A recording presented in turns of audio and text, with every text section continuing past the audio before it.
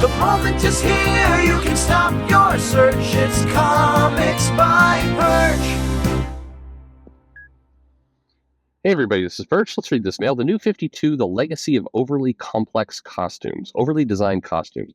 I think that Punisher series, by the way, the new one, the little ninja hand skull, is an example of kind of overly designed as a costume.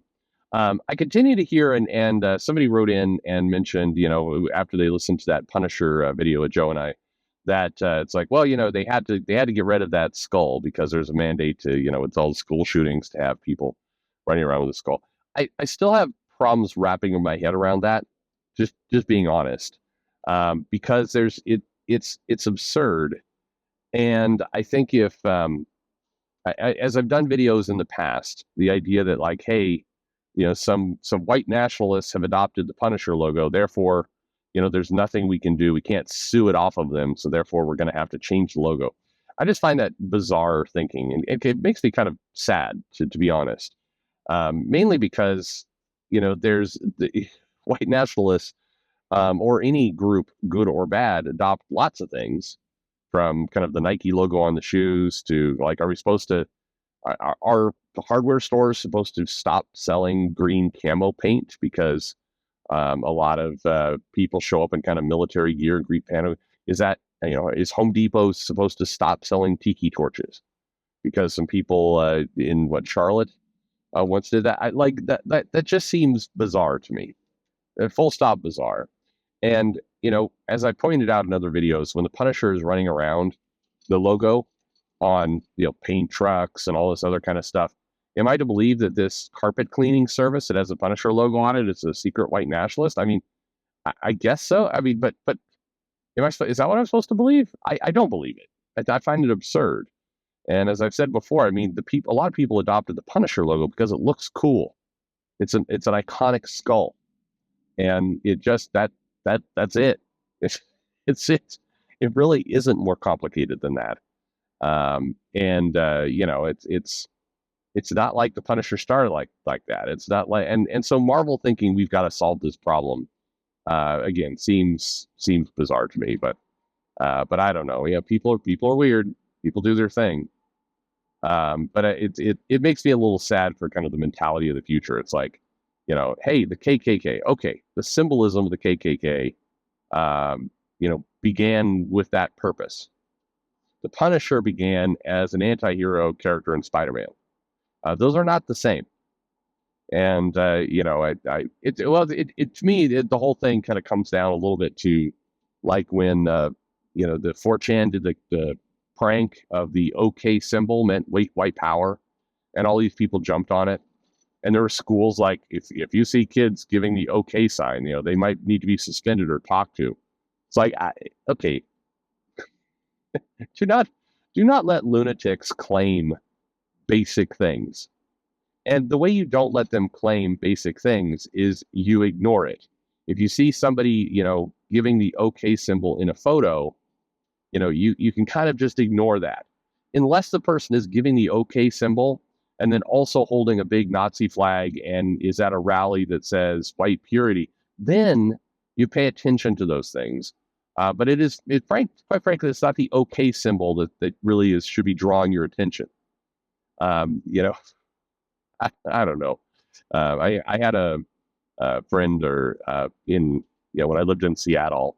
It was like I was at the Sounders game, and I saw two people like giving the OK symbol to each other, and made me very uncomfortable. I was in a stadium full of white supremacists, or they were saying, "Do you want a beer?" And the person went with the OK symbol. It's like, well, why wouldn't they give the thumbs up symbol? I'm like, I don't know, but where are we in our lives where we're trying to police that shit? Like, who cares? I don't know. All right, I went kind of astray there. But anyway, we're talking about the legacy of overly complex. How did I get there? Oh, the Punisher logo, the new hand one is overly complex. There we go. All right, we're getting to this now. Hey, Perch. From my LCS backstock, I bought one of the Legion of Superheroes trades from the New 52 era. And then I realized the legacy of the New 52 overly complex and sometimes gaudy costume designs Nearly all of them were designed by former co-publisher, former publisher, former creative director, and now president of DC Comics, Jim Lee. Does anyone remember what was so special about Barry Allen's New 52 costume? Did any artist actually have Barry Allen changing into his New 52 costume the way Jim Lee had designed it? Why didn't Barry Allen's New 52 costume fall apart when he lost his connection to the Speed Force? Does anyone long for Captain Atom's New 52 character design with his imitation Firestorm hair? Does anyone miss those 6 extra lines on Batman's chest? Is anyone upset that Superman's costume is no longer Kryptonian armor? Are there hordes of fans demanding that DC Comics go back to Wonder Woman's silver and blue costume? I kind of like that one, actually. Is there anyone demanding that Aquaman gain back his shell necklace? Well, he was going through a bohemian stage in his lifestyle. A revamp based on overly complex costumes for artists to draw, the inker to finish, and the colors to color doesn't make for a good reboot. It's no wonder everyone wants to forget the New 52. Thanks for all you do. Cool. I don't think that's the main reason why everyone wants to forget the New 52, but that was one of the hallmarks of that site. And yeah, Jim Lee designed a lot of those costumes and those looks, and they were overly absurd. And it did make, I remember thinking at the time, made me wonder, like, is this one of those cases where, very popular artists, people like Rob Liefeld, have often designed costumes. And when they have, they've designed them in their style, or they've designed them in a way that kind of fits who they are. And many times, those same designs are a living hell for other artists to draw. And the artists that draw them frequently complain about how difficult all this stuff is, and how it both increases time and at the end of the day just doesn't look good. Every artist has a style to how they, kind of render comics, or how they work, that is based on a number of kind of habits and methods and shortcuts and other things that appeals to them.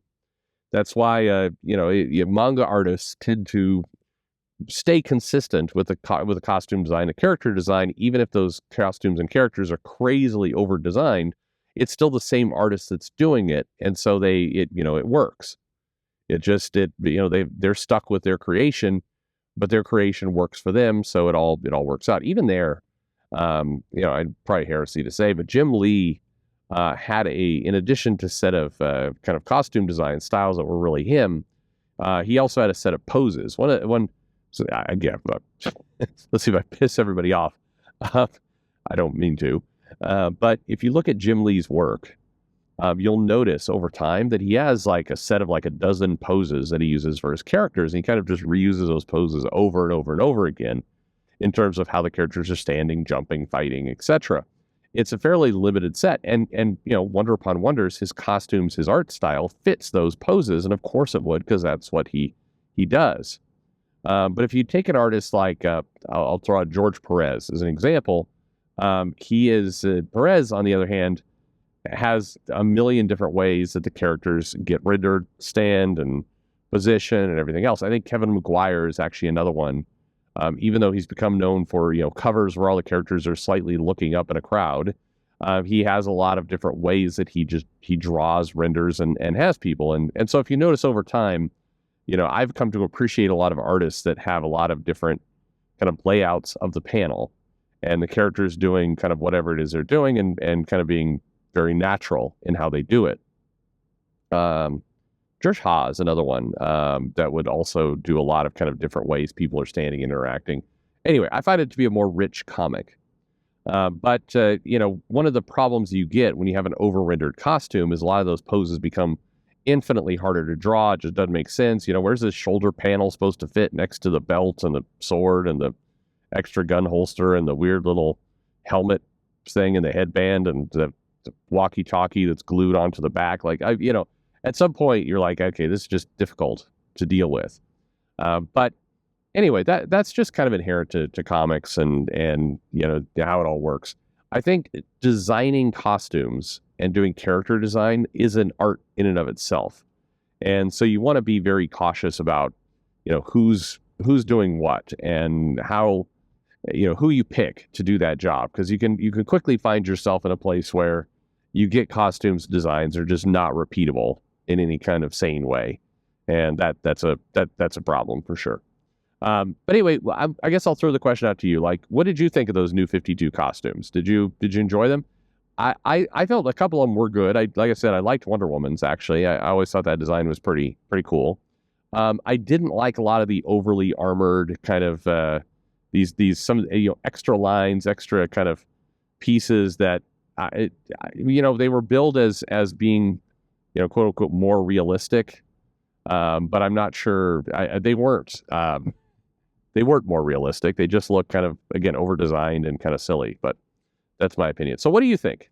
Let me know. Did you like those costumes? Who's kind of, do you have a favorite character designer, somebody you really loved and or love, who you think just does a really great job of putting characters to page? Let me know in the comments below.